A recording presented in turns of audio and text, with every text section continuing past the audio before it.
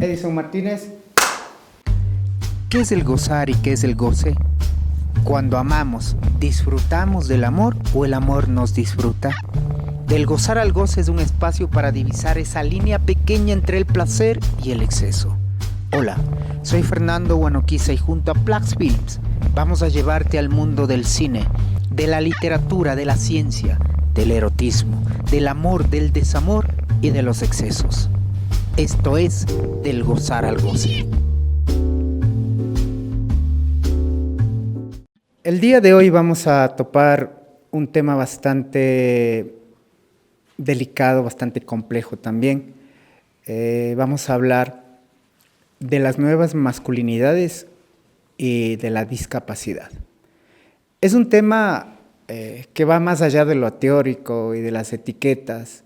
Es un tema para abordarlo desde lo humano, porque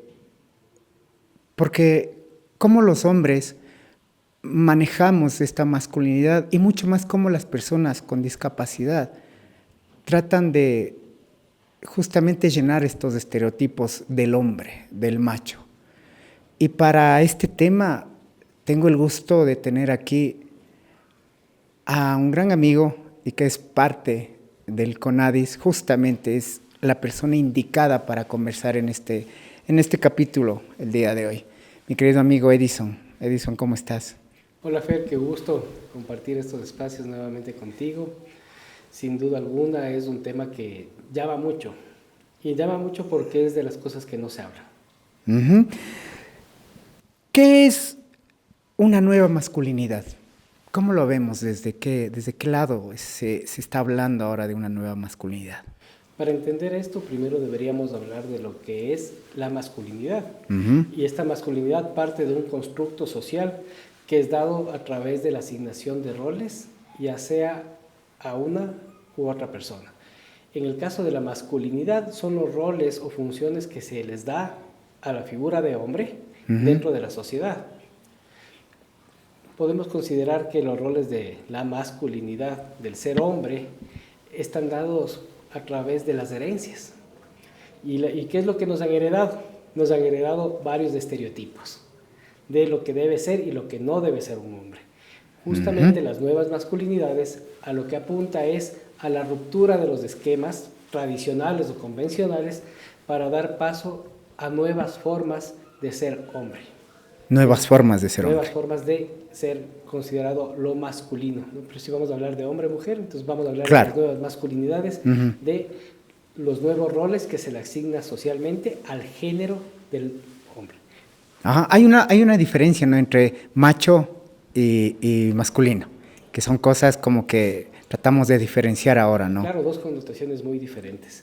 Hablamos de la masculinidad y de la feminidad y hablamos de hombre y mujer. Biológicamente hombre y mujer. Masculinidad y feminidad son los roles asignados hacia lo que está representando una figura, ya sea de hombre o de mujer. Dentro de esto, de lo masculino, es muy complejo romper.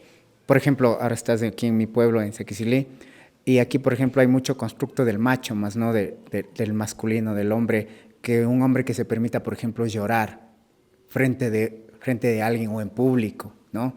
O con su familia, frente de sus hijos. Es muy, muy fuerte este lado, por ejemplo, de verse frágil ante el otro. Eso en el común, ¿no?, de los mortales. Ahora, dentro de esto de la masculinidad, ¿qué tan complejo es con una persona con discapacidad? Ya sea cognitiva, sea física. ¿Cómo ves ese tema? Te lo digo, por ejemplo, con algo que yo he vivido. Mi padre tiene una discapacidad en su pierna derecha. Y veo que él vivía una vida tranquila, normal, digámoslo así, pero siempre fue etiquetado, ¿no? Siempre se le llama aquí en los pueblos o también en la ciudad, ¿no? Se les llama generalmente a alguien que tiene una discapacidad en la pierna, les llaman patojo, ¿no es cierto? Esa es la etiqueta que se les manda. Entonces, ya tienes este estigma, ¿no?, desde los otros. ¿Cómo crees que un hombre puede llegar a llenar, por decirlo, este estereotipo y no sentirse tan afectado con todo esto de ser masculino, mucho más de ser macho. Bueno, ya hablando desde la discapacidad, es importante entender que tenemos un universo variado de discapacidades. Claro. En ese sentido, como tú lo dices, muchas veces la sociedad coloca términos peyorativos, discriminatorios hacia las personas que tenemos discapacidad. Lo primero que debemos de pensar es cómo yo construyo mi vida desde la discapacidad. Segundo, ya tenemos ahí primero una carga subjetiva de lo que implica ser una persona con discapacidad dentro de un entorno. Si le vamos a colocar más sazón, es el rol del hombre dentro de la discapacidad. Como mencionabas tú el ejemplo de tu padre, cómo yo, padre, puedo, si tengo una discapacidad física, no quitarme el rol de padre y cumplir todos los estereotipos o roles que me pone la sociedad, es ser ese padre protector, ese padre que acompaña, ese padre que juega, ese padre que realiza actividades pese a sus limitaciones. ¿Cómo yo puedo seguirle el ritmo a los pequeños, seguirle el ritmo a los hijos, si es que yo tengo una discapacidad? Entonces ahí ya generas una nueva carga, un nuevo peso posiblemente sobre este rol. Pero recordemos que actualmente en el tema deportivo existen muchas estrategias para adaptar el deporte. Debemos también pensar que lo que estamos haciendo es un acompañamiento recreacional, más no competitivo, e inclusive en la parte competitiva tenemos el deporte adaptado, que sin duda las Olimpiadas, es una forma. Sí, tuvimos están recién las los Paralímpicos, tuvimos deportistas ahí que generaron medallas, pero estamos hablando ahora del rol, de cómo yo genero este rol de persona con discapacidad y en una construcción de una nueva paternidad. El paternar no implica únicamente el proteger, el dar, sino el paternar implica el involucrarse en la corresponsabilidad del acompañamiento hacia nuestros hijos. Entonces, eso es un paternar. Y en una nueva masculinidad hablamos de una paternidad efectiva y asertiva. Ya no hablamos de estas masculinidades que estaban dadas a través del castigo y la represión. Claro. Que era la herencia que teníamos. Mientras más fuerte eras, más macho, como dices. Más macho, claro. Tendríamos a ser mejor hombre. Pero ahora este hombre, esta ruptura de su ser, cuando hablamos ya a nivel de su psique, este fraccionarle a su psique, a su rol de hombre, ¿qué implica? Si es que nos pusiéramos un poco en los términos de psicoanálisis que nos gusta hablar, ya, okay, en la parte ya psicoanalítica, toda ruptura genera una fragmentación. Esta fragmentación no tiene que ser vista como un proceso esquizoide, sino al contrario, vamos a ver todos los espacios para una deconstrucción. Todos estos fragmentos que era el hombre que se creó, cuando se lo rompe, se lo empieza a deconstruir. No reconstruimos porque volvemos a generar la misma figura. La deconstrucción implica justamente el reaprendizaje.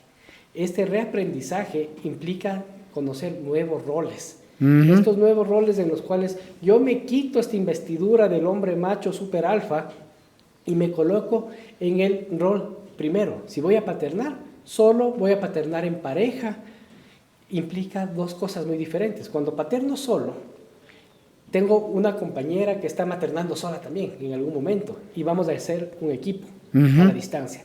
Si paternamos y maternamos en pareja, vamos a generar roles en casa para asignarnos cosas que ya competen al uno o al otro, indistintamente de que antes se decía los hombres llegan, la mujer les sirve, el hombre no hace nada. Ya estamos rompiendo esos estereotipos. Estamos sacando, dejando de lado un hombre que empieza a hacer las cosas. Cuando hablamos de la discapacidad, hablamos de la autonomía. Recordemos que las personas con discapacidad lo que buscamos es la vida independiente y la autonomía. Correcto, entonces, exacto. Yo no debo y no dependo de un tercero todo el tiempo para hacer mis cosas. Y ahí están mis roles asignados dentro de mi nueva paternidad, de mi nuevo rol de género. Entonces, esta nueva masculinidad dentro de ser una persona con discapacidad no me debe limitar. Tengo varios compañeros y amigos que dependen de asistentes personales para poder, por ejemplo, asearse, moverse, y eso no les quita el rol de lo que están haciendo, porque son complementos de su vida. Entonces, dentro de su vida autónoma hay ciertas cosas que se pueden hacer, ciertas cosas que no podemos realizar y para lo cual vamos a necesitar soportes. Ujú. Sabes, justo lo que tocas, el tema sobre la paternidad y sobre el juego, lo que dices, mi padre jugaba fútbol conmigo, verás. O sea, jugaba dentro de su discapacidad, él lograba acomodarse, como dice, se deconstruyó y obviamente se construye desde otro lado y se adapta. Y su oficio es carpintero. O sea, él cargaba la madera, todo lo que implica ser un carpintero, ¿no? Todo lo del oficio. Y nunca le vi como que limitado. Entonces eso me parece muy chévere porque yo aprendí a ver esa manera de cómo una persona no ve un límite a pesar de tenerlo, entre comillas, de tener este límite físico, pero él no lo vio. Entonces eso yo aprendí, dije, o sea, qué bien, ¿no? Más bien son los otros, estos otros o este gran otro, ya que vamos desde el psicoanálisis que es también llamarlo desde ahí, este gran otro tal vez es como que el que va y le colocan, ¿no? Como con estas etiquetas que te decía. Claro, es que dentro de la mirada justamente del otro vamos a enfocarnos en el tema del poder. Uh-huh. Este poder simbólico que implica lo que es ser completo y no. Recordemos que eres más fuerte mientras más completo se siente el ser. Uh-huh. Para las personas con discapacidad, cuando han tenido tal vez un mutilamiento, una amputación, uh-huh, dentro de la parte física, de hecho ya la etiqueta de discapacidad te genera una ruptura y una falta. Esta falta en el ser genera que podamos tener tal vez una angustia de ausencia. Pero, ¿cómo vamos a deconstruir esto al rato que aceptamos y al rato que nosotros nos empoderamos? Si bien es cierto, este gran otro, que es la sociedad, puede generar muchos estigmas, puede seguir generando muchos problemas alrededor de ellos, más no de nosotros, porque nosotros estamos trabajando, seguimos fortaleciéndonos, pero esta sociedad genera estigmas, ajá, genera claro, barreras. Y estas barreras, que pueden ser unas mentales y otras físicas, son las que permiten a la persona o no desarrollarse adecuadamente. Cuando la sociedad empieza a sensibilizarse, cuando esta sociedad empieza a entender que la discapacidad no es un inconveniente, sino al contrario, mis barreras, percepciones personales desde ser un otro sin discapacidad o con discapacidad muchas veces, uh-huh, son las barreras que generan hacia la accesibilidad. Cuando ya tenemos o empezamos a trabajar sobre esta ruptura, nos damos cuenta de que las personas con discapacidad, como estamos en todo lado, generamos muchos aspectos positivos y también vamos a tener algunos inconvenientes y percepciones falsas, las personas con discapacidad. Recordemos que no todos podemos ver de diferente manera o de igual manera las cosas. Totalmente, hay una percepción distinta. Puedo ser una persona con discapacidad que tiene una percepción errada tal vez, o que no ha generado un proyecto de vida, porque no tiene un acompañamiento, versus otra persona con discapacidad que tal vez es menor que la primera, pero, o mayor que la primera, y generó un proyecto de vida diferente y se entendió desde su propia esencia cómo transitar de una manera más adecuada. Entonces, tenemos ahí un doble discurso. Lo que yo como persona con discapacidad creo que puedo y hago, y lo que la sociedad cree que puedo y debo hacer. Uh-huh. Es ahí cuando tenemos ya un primer corte. En ese corte hablamos de cómo yo me deconstruyo, cómo genero una nueva masculinidad desde mi perspectiva y cómo esta perspectiva satisface o no la necesidad o demanda del colectivo del otro. Uh-huh. Sí, la demanda del otro. Ahí hablando un poco más personal, nosotros estamos tú y yo estamos dentro de esta sociedad bastante patriarcal, machista y todo esto, ¿no? Bueno, nosotros tal vez no tenemos una discapacidad fuerte, por decirlo así, tal vez por lo visual un poco, pero bueno, pero ¿cómo tú, por ejemplo, te has deconstruido? ¿Por qué? porque hay que desconstruirse en una sociedad, por ejemplo, como esta, y tener otra mirada. Por ejemplo, para tú tener esta sensibilidad y trabajar justamente con el CONADIS, ¿no? ¿Cómo has logrado romper con todo esto del macho y vivir una nueva masculinidad? Al inicio es bastante complejo, porque el proceso personal implica primero una ruptura dentro del esquema familiar. Si dentro de tu esquema familiar no hay estos procesos, es muy difícil que una persona pueda romper las barreras de género que en una primera instancia son las que se debe analizar para construir un nuevo ser. La ventaja mía es que dentro de mi familia vivo y vengo de una familia que es bastante matriarcal, por llamarlo de una manera, en donde mayoritariamente en mi casa siempre han sido mujeres, entonces eso permite el entenderse y el diálogo de una manera diferente, porque no creces con esos pares que son los tíos, los abuelos, que van en contra de la presencia de la mujer, sino al contrario.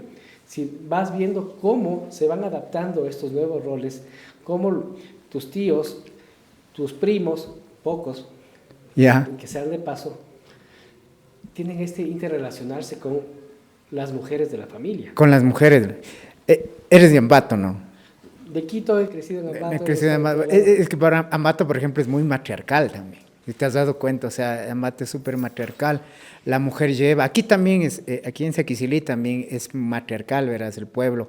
A pesar de que hay mucho machismo, pero quien lleva las riendas, inclusive económicas de la familia y todo, es la mujer. Es la mujer la que está en la plaza, verás, Claro, pero en es el que mercado. ya eso es algo reconocido, que el rol de la administración ha sido cedido muchas veces hacia la figura de la mujer, porque dicen que son mejores administradoras, son menos impulsivas. Conozco casos en los que no aplica, así como hay hombres que también pueden ser mejores administradores. Claro. Pero parte de eso, ¿no? De las nuevas masculinidades y nuevas feminidades. Conozco amigas que a los 2 días de tener el dinero ya no tienen nada, claro. centavo en la cuenta, así como conozco mujeres que saben administrar e invertir súper bien, lo mismo en hombres. Claro.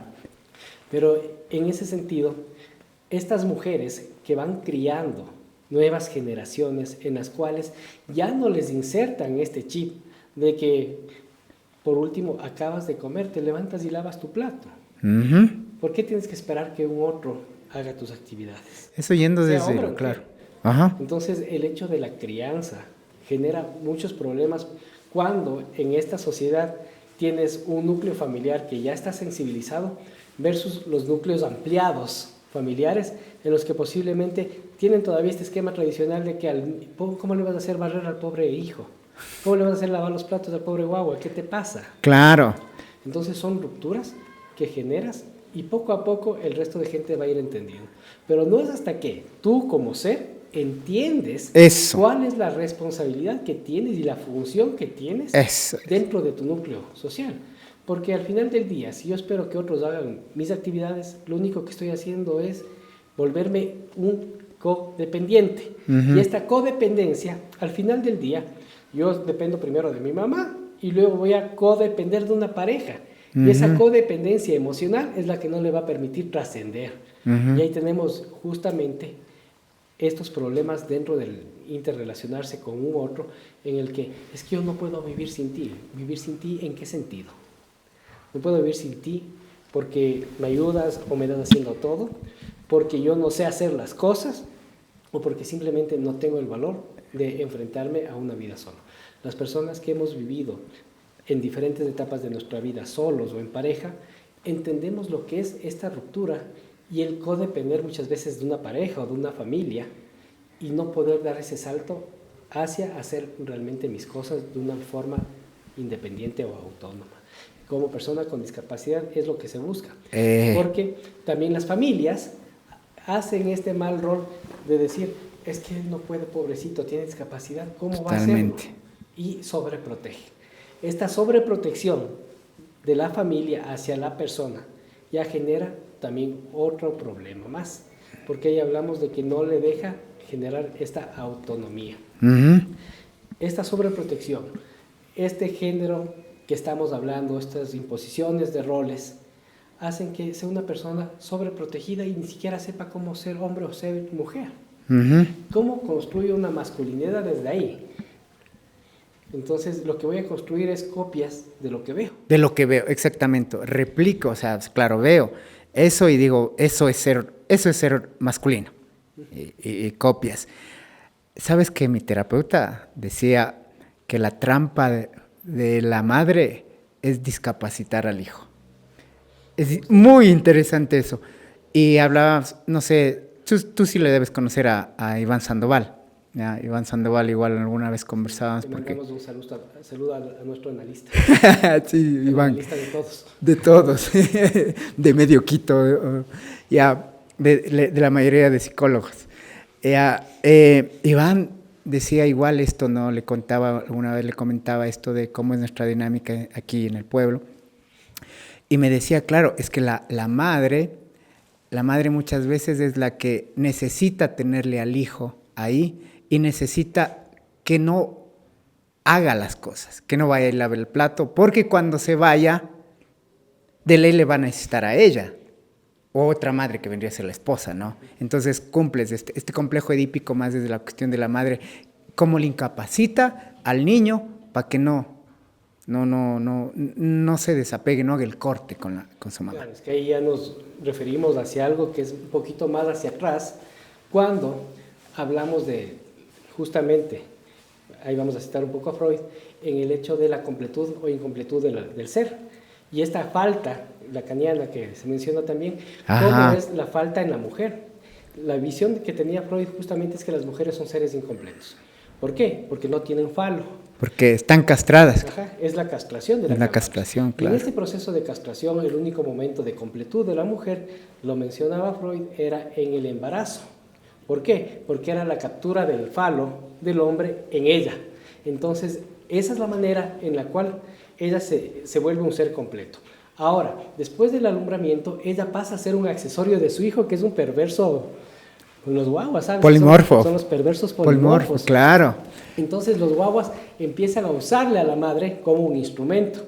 Uh-huh. Pero cuando ya pasan esta etapa de cosificación o objetivización de los niños, de las madres, ya las madres vuelven a tener este poder. Y lo que hacen justamente es volver a sentir su proceso de completud a través de la captura de su hijo. Al rato que sus hijos van a salir de su hogar, ahí hablamos también del complejo del nido vacío. Uh-huh. Y este complejo del nido vacío lo que genera es esta angustia en la madre.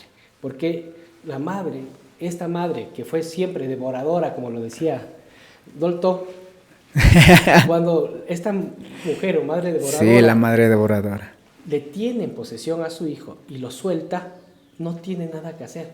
Y entra otra vez en una falta. Y esta crisis lo que hace es que si no está con una pareja o si está en una pareja, empieza a haber más conflicto. Porque ya no tiene a quién o con quién cumplir su rol de ser madre. Porque se crió o se formó su ser a través de esta formulación de yo madre, yo protejo. Yo madre, yo proveo. Yo padre, yo proveo, yo protejo. Uh-huh. Entonces, cuando los hijos se van, se reencuentra muchas veces esta figura de mujer y de hombre en su soledad en casa. ¿Y qué haces? Claro, ese rol de padres ya no hay, se acabó y tienen que volver al rol de pareja y ahí es cuando quedan en crisis. Y ahora estos guaguas que salieron, ya no son guaguas, ya salieron siendo adolescentes, adultos jóvenes, o inclusive, si es que fue una madre muy devoradora, salen recién a los 30 años, o hay personas que inclusive ya tienen sus familias y nunca han salido. Nunca salen, ajá. Por más de que ya vivas fuera. Ajá. Nunca salen porque siguen perteneciendo a su entorno. La madre sigue controlando lo que hacen o lo que no hacen. Claro, por eso las mamitas están tras de la esposa, ¿no? Del hijo y va controlándole. Cuidado, le hagas esto. Cuidado, mi hijo quiere esto. Mi hijo le gusta la comida así. A mi hijo hay que plancharle así, igual que lavarle la ropa así. ¿Y ahí de qué masculinidad estás hablando? Claro. Porque la madre sigue diciéndole al hijo lo que debe hacer y a su nueva pareja cómo atenderle a su hijo. Entonces, imagínate el desplazamiento que se genera ahí. O cómo puedes generar una autonomía. Yo, persona con discapacidad, que tiene una madre devoradora, ¿cómo va a poder transitar en la vida? ¿Cómo dar el salto? Y si llega a dar el salto de tener una relación con un otro, ¿Qué tanto le va a soltar la mamá o el papá? Entonces, ¿cómo va a construir o deconstruir esta masculinidad? ¿Qué tan persona puede ser libre y autónoma cuando tienen estos padres o madres devoradores? Una cosa antes que se me olvide.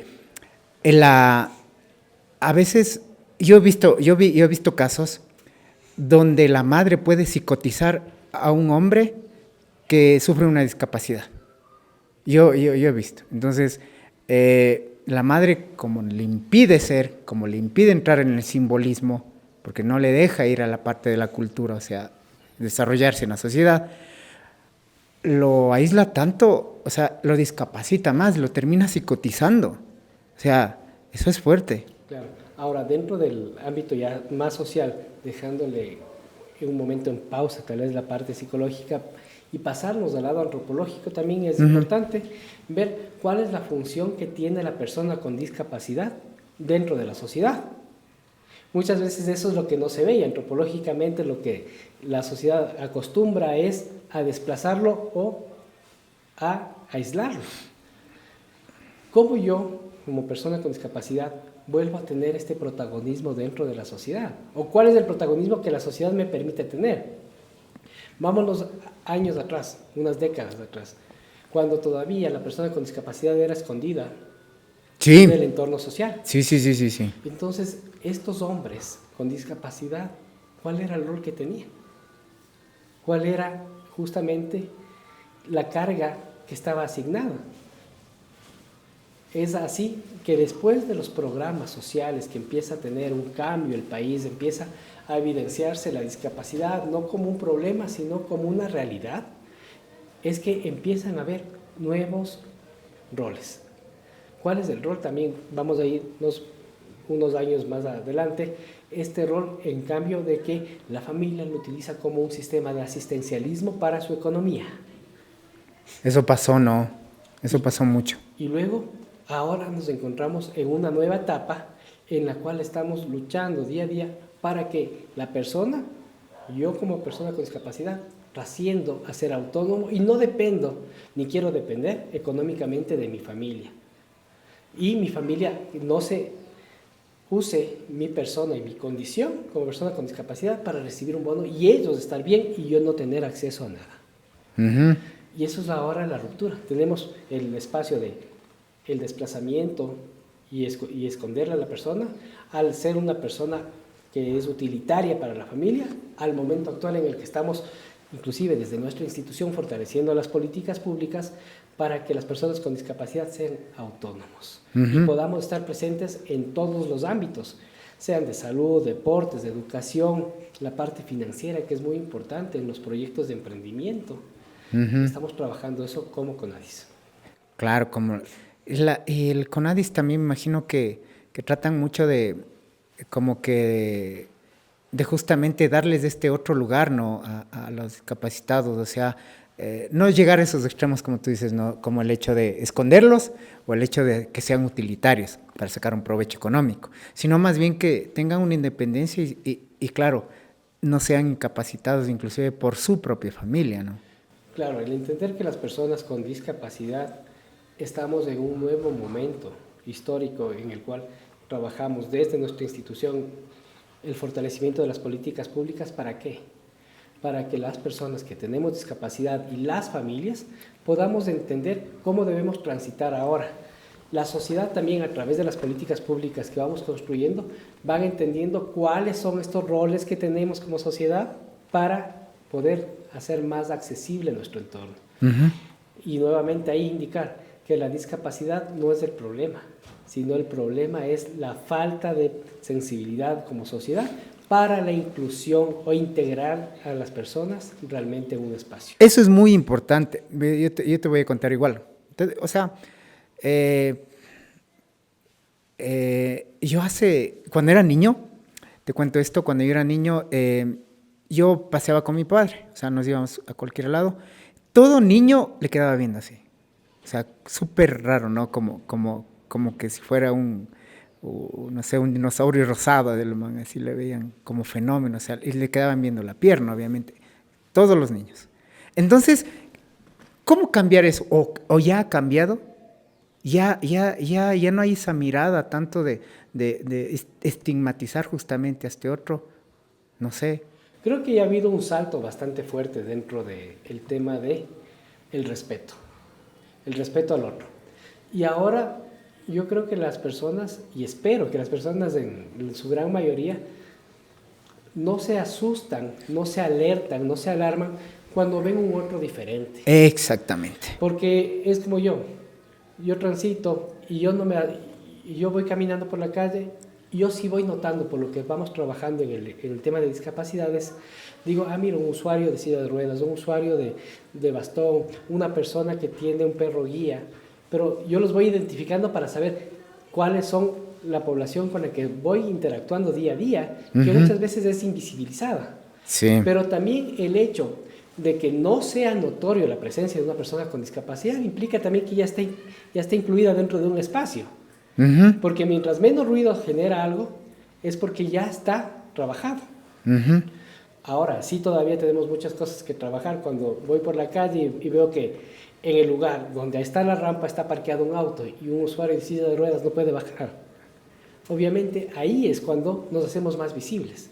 Claro. Pero dentro del espacio, del entorno, ahora es muy común que ya nos reconozcamos como iguales las personas, y en el transporte público ya la gente no es que se va a levantar y se va a ir corriendo porque subió una persona con síndrome de Down. No se va a levantar ni se va a alertar porque subió una persona con una prótesis. Claro, o le quedas viendo, sí, con la mirada fija, como... Sí, eso pasaba, ¿no? Bueno. Ahora ya es una cuestión de sensibilización, ha sido un proceso fuerte, pero socialmente estamos ya más sensibles, creo. Qué bueno. Como sociedad. Y también estamos apuntando a seguir sensibilizando tanto a los funcionarios públicos y empresas privadas como a la sociedad en general. A la sociedad en general. Sino que ya como estás accediendo a una educación, puedes irte profesionalizando y ya vas a cumplir otros roles dentro de la empresa. Desde los que tú desees ser. Muchas veces hay gente que desea entrar a trabajar como auxiliar y hay gente que desea buscar una gerencia. Todo depende de tu percepción y lo que tú quieres para tu involucramiento dentro de la sociedad. Sí, justamente eso. Eso es algo que, como te digo, yo crecí viendo eso. Crecí viendo a un hombre que se manejaba dentro de la normalidad, que buscaba inclusive trascender, que buscaba salirse de las etiquetas. Es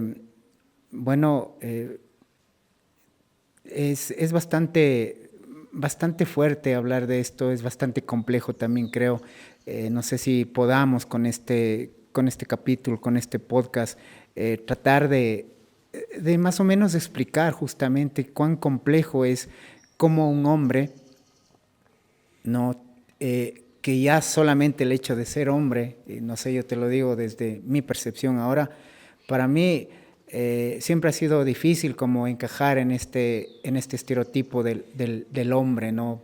Porque tienes que, qué sé yo, ser buen deportista, tienes que ser un conquistador, un buen amante, tienes que ser proveedor, tienes que ser un triunfador en la vida, ¿no? Y a veces no se puede nomás. Entonces, si yo lo veo desde este punto, que es muy pesado el ser hombre, ¿cómo debe ser tan fuerte para alguien así, no? Y yo lo viví, vi a un hombre que luchaba contra todos esos estigmas, que a pesar de que le etiqueten, él trataba de ignorar y que le afecte lo menos posible. Vi eso y creo que desde ahí también aprendí mucho, y ahí sí, qué chévere yo haber aprendido desde esa mirada de ser un hombre así, ¿no?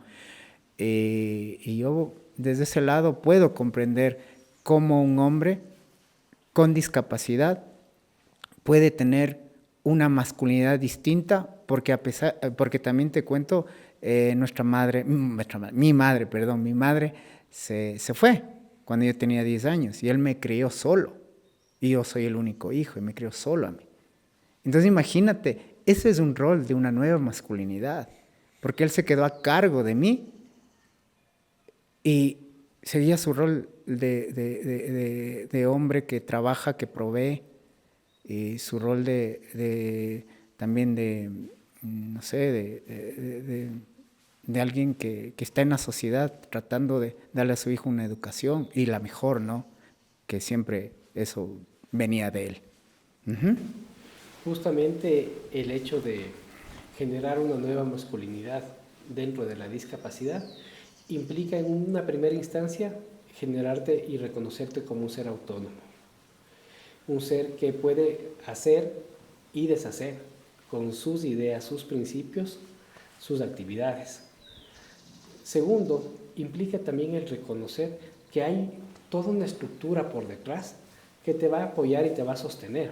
Uh-huh. Y esta estructura puede ser considerada la familia o el Estado. O el Estado.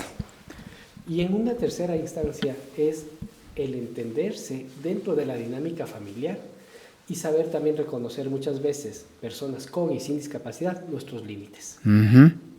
Porque no podemos sobreexigirnos, porque vamos a entrar en una angustia igual de frustración. Y esta frustración lo que va a hacer es jugarnos en contra.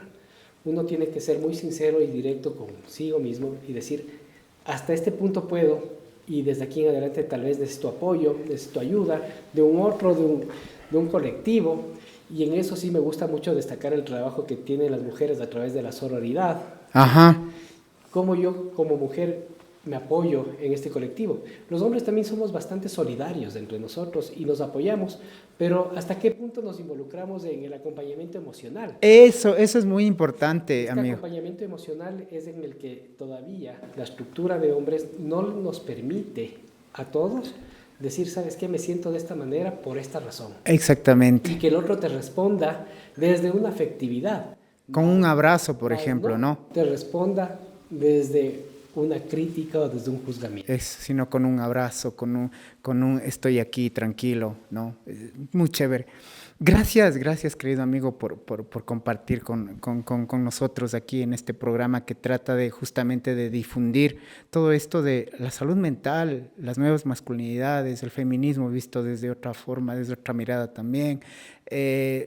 Saber que los hombres también necesitamos buscar ayuda y necesitamos también ser vulnerables, porque el índice, por ejemplo, de suicidios es alto en hombres y necesitamos nosotros ya también cambiar nuestra dinámica. Muchas gracias, querido amigo. Quiero agradecerte por todo esta charla que en verdad a mí y a todos los que ven este podcast pues, les llega y les alimenta y les educa. Gracias por eso y qué chévere el trabajo que estás teniendo con ADIS. Gracias, Fer. Nuevamente, siempre estaremos atentos para responder a las necesidades que como sociedad podamos desde nuestra institución aportar. Y lo importante aquí, recordar que nosotros no trabajamos únicamente para la institución, sino trabajamos realmente y desde la sociedad, desde las necesidades reales que tiene la población con discapacidad. Y para ello trabajamos sobre una agenda nacional. Esta agenda nacional nos permite darnos cuenta en cada ámbito de ejecución de la vida qué es lo que necesitamos. Hablamos del ámbito de salud, del ámbito de deportes, del ámbito de trabajo, de producción, financiero, etcétera, entre los cuales vamos viendo diferentes aristas y siempre vamos a invitarle a la sociedad que si tiene alguna idea, algún proyecto, se acerquen a la institución, nos cuentan cuál es esta idea, aunque les parezca que sea una idea muy lejana, entre soñadores podemos generar una misma visión y esta visión trasladarla a una política. Y la construcción de políticas públicas es la cosa más hermosa que pueda haber porque no trabajamos para la inmediatez, sino trabajamos para el presente y para el futuro. Para el futuro, claro, es un camino. Muchas gracias, Edison. Muchas gracias igual a ustedes. Quiero agradecer al Agua y Luna por cómo nos acoge y pues les dejamos acá los contactos para que si ustedes quieren visitar el lugar, pues accedan y se comuniquen directamente. Gracias por todo y gracias.